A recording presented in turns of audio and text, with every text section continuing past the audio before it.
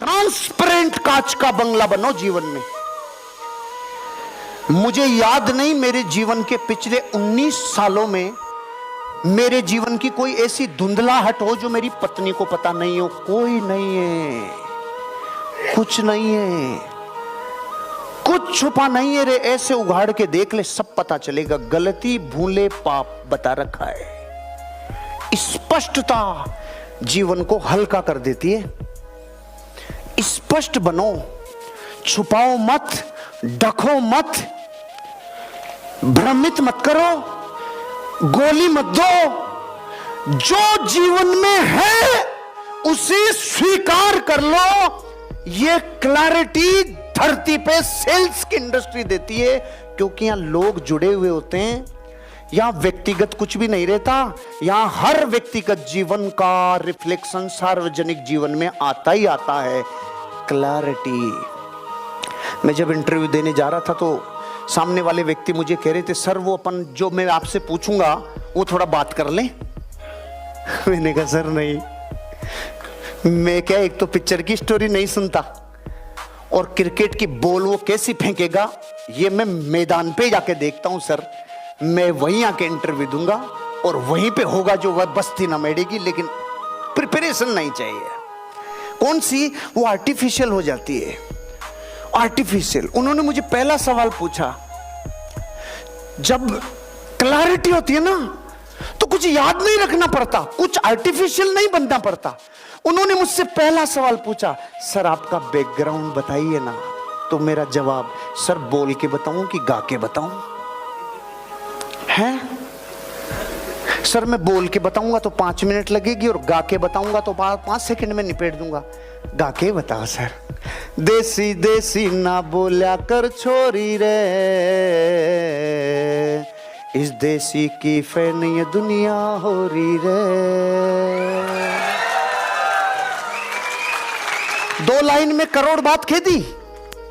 मैंने कहा साहब इधर गाय नाती थी, इधर भैंस नाती थी, मैं दोनों फूल और कांटे बन के दोनों पे चलता था, गिरता था तो तैरता था। समझ गया सर। दूसरे सवाल पे आते हैं। वो डरते नहीं थे, वो डरते नहीं थे। साहस उनमें पहाड़ तोड़ने जितने था, साहस पहाड़ तोड़ने जितना था।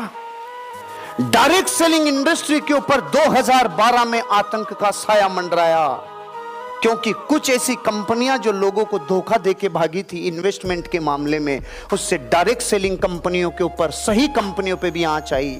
तब तक भारत देश में पैरामीटर नहीं थे, कौन सही कौन गलत उनको पता ही नहीं था।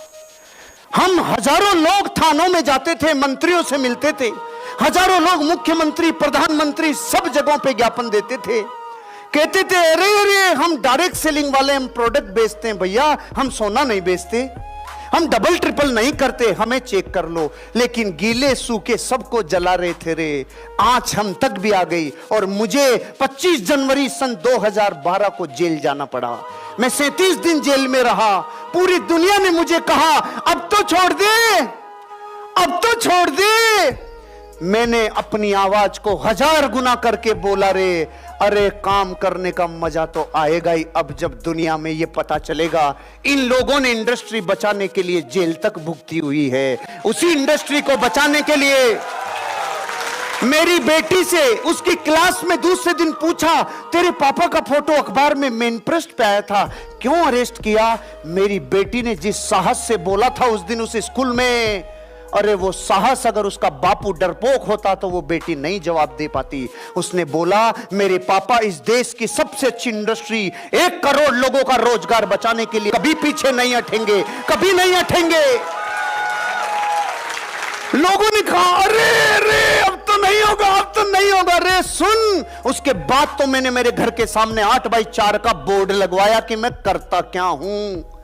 37 दिन तक मैंने नमकीन से खाना खाया, दही के साथ खाना खाया।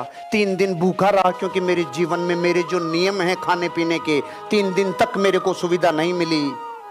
लेकिन मैं रोया नहीं, मैं घबराया नहीं, मैं अपलाइन को गालियां नहीं दिया, मैं मैनेजमेंट पे नहीं चिल्लाया। जिस धंधे ने मुझे पूरी दुनिया में जनवाया है, जिस धंधे ने मेरी रोजी रोटी बनाई है, जिसने मुझे जर्रे से आफताब बनाया है, अब इसका कर्ज चुकाने का टाइम है। हर्षवर्धन जिंदगी में कभी पीछे नहीं हटेगा। आप बाहर संभालो, मैं अंदर संभालता हूं।